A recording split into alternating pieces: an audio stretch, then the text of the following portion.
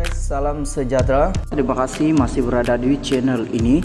Bagi mereka yang belum subscribe channel ini, sila subscribe dan like, komen, share supaya Anda tidak akan ketinggalan info-info yang saya akan sampaikan di channel ini. Berita hari ini saya mau kongsikan kepada Anda daripada Malaysia kini. Pindah kuasa, kawal, seliah gas, langkah realisasikan ME63. Keputusan Kerajaan Persekutuan memindahkan kuasa kawal selia bekalan gas kepada Sabah adalah satu langkah ke hadapan ke arah merealisasikan Perjanjian Malaysia 1963 ME63, kata Ketua Menteri Haji J. Noor. Ketika mengalu-alukan keputusan yang diumumkan Perdana Menteri Anwar Ibrahim semalam, Haji J berkata ini sentiasa menjadi aspirasi negeri itu dan rakyatnya. Haji J berkata dia telah membangkitkan keperluan untuk memenuhi ME63 semasa pertemuan pertamanya dengan Anwar selepas dia dilantik sebagai Perdana Menteri ke-10 pada 24 November lalu. Kerajaan negeri teguh dalam usaha untuk mengawal dan menguruskan sumber minyak dan gas negeri, katanya dalam kenyataan semalam. Menurutnya, selepas keputusan itu mendapat perkenan yang di Pertuan Agung Al-Sultan Abdullah Ria Atuddin Al-Mustafa Bilasyah, Dewan Undangan Negeri DUN akan mengadakan sidang khas untuk meluluskan dan memerwartakan rang Undang-Undang Negeri Sabah bagi bekalan gas. Haji J berkata Suruhanjaya Tenaga Sabah akan mengambil alih semua kuasa kawal selia untuk bekalan gas di darat penggesan semula, penghantaran, pengedaran, penggunaan gas oleh pemegang lesen swasta dan runcit di negeri itu berkuat kuasa serta-merta. Terdahulu, Anwar mengumumkan kerajaan pusat bersetuju memindahkan kuasa kawal selia bekalan gas di Sabah kepada kerajaan negeri dan perkara itu dipersetujui sebagai sebahagian daripada usaha kerajaan persekutuan untuk menghormati ME63.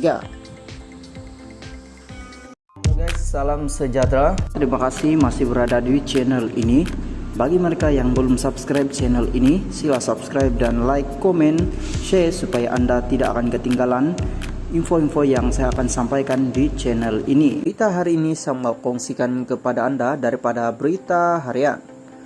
Siapa Ketua Pengarah di BP Baharu?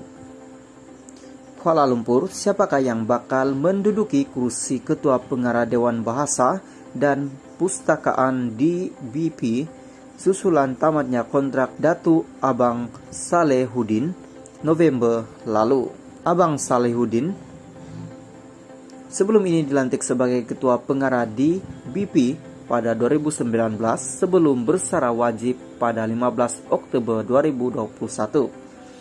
Bagaimanapun beliau dilantik semula ke jawatan itu secara kontrak pada November tahun yang sama. Sebelum ini di BP mengiklankan secara terbuka mengenai kekosongan jawatan berkenaan. Sumber memberitahu bahwa beberapa nama sudah dipanggil untuk ditemuduga membabitkan tokoh dunia penerbit penulis, persatuan penulis lain pesara di BP sendiri. Namun sehingga kini kursi hangat itu masih kosong. Sebelum ini kursi Ketua Pengarah di BP memang selalu menjadi perhatian karena kerapan Kementerian Pendidikan KPM membawa masuk orang luar sebagai pengundi organisasi berkenaan, termasuk ada kalanya dari kementerian lain antara yang pernah mengemudi di BP termasuk Datu Aziz Daraman, Datu Dr. Firdaus Abdullah, juga Datu Tarmuzi Muhammad Abdul Aziz. Namun pada 2019 KPM menamakan Abang Salehuddin yang sebelum ini bertugas sebagai timbalan Ketua Pengarah Dasar dan memangku jawatan Ketua Pengarah sejak Desember tahun 2018.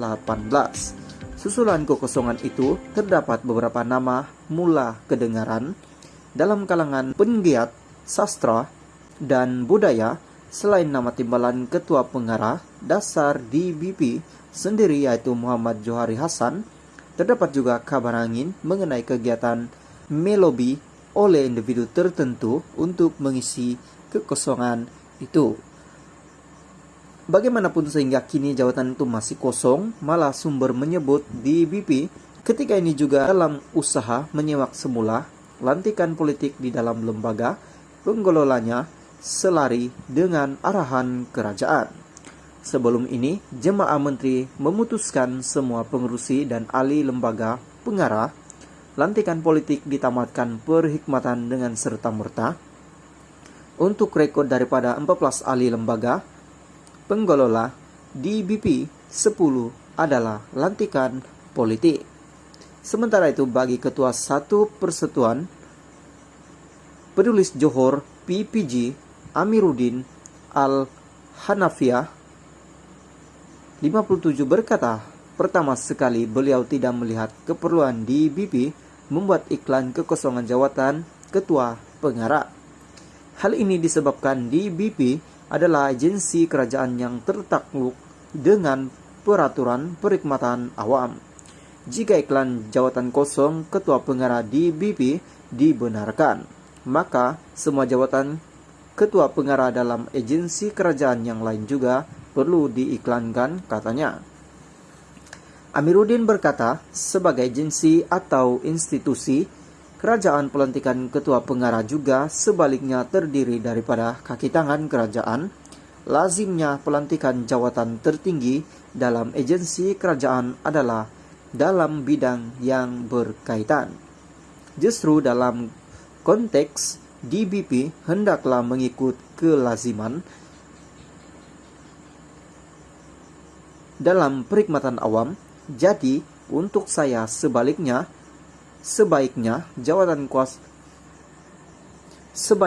jawatan ketua pengarah dalam pengarah adalah satu kenaikan pangkat dalam kalangan kaki tangan di BP itu sendiri. Bagi saya, kalau jawatan itu diberikan kepada orang luar, mereka hendaklah kaki tangan atau pegawai perkhidmatan pendidikan dan berhikmat tidak kurang 25 tahun. Ini karena DBP adalah organisasi di bawah KPM, katanya. Salam sejahtera, terima kasih masih berada di channel ini. Bagi mereka yang belum subscribe channel ini, sila subscribe dan like, komen, share supaya Anda tidak akan ketinggalan info-info yang saya akan sampaikan di channel ini. Berita hari ini saya kongsikan kepada Anda daripada Berita Harian. Dewan Rakyat lulus budget mini 107 bilion. Kuala Lumpur, Dewan Rakyat hari ini secara sebulat suara meluluskan budget mini 2023 dan rang undang-undang RUU kumpulan uang disatukan pembelanjaan masuk akaun 2022 yang dibentangkan Datuk Seri Anwar Ibrahim. Keputusan itu dipertua Dewan Rakyat Datuk Johari Abdul selepas tiada perbahasan bagi kedua-dua usul yang dibentangkan Perdana Menteri pada musyawarah pertama Majlis Parlimen ke-15. Terdahulu, Anwar yang juga Menteri Keuangan membentangkan bajet mini bagi tujuan pembelanjaan perkhidmatan membabitkan wang bernilai RM107 bilion. Beliau membentangkan peruntukan itu di bawah akta kumpulan uang disatukan yang akan mulai berkuat kuasa pada 1 Januari depan.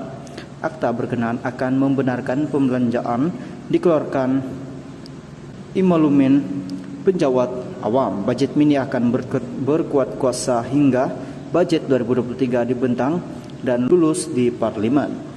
Ia susulan RUU pembekalan 2023 tidak akan diluluskan Parlimen sebelum 1 Januari depan, maka peruntukan perlu dikeluarkan bagi pembelanjaan dalam tahun 2023 bagi tempo dari 1 Januari sehingga tarik RUU Perbekalan 2023 menjadi undang-undang dan mula berkuat kuasa. Dalam pada itu, Anwar menerusi Section 4 Akta Kumpulan Uang Pembangunan 1996 mencadangkan dana bernilai Rp55 juta dikeluarkan daripada kumpulan uang pembangunan bagi tahun 2023 untuk pembelanjaan segera. Halo guys, salam sejahtera.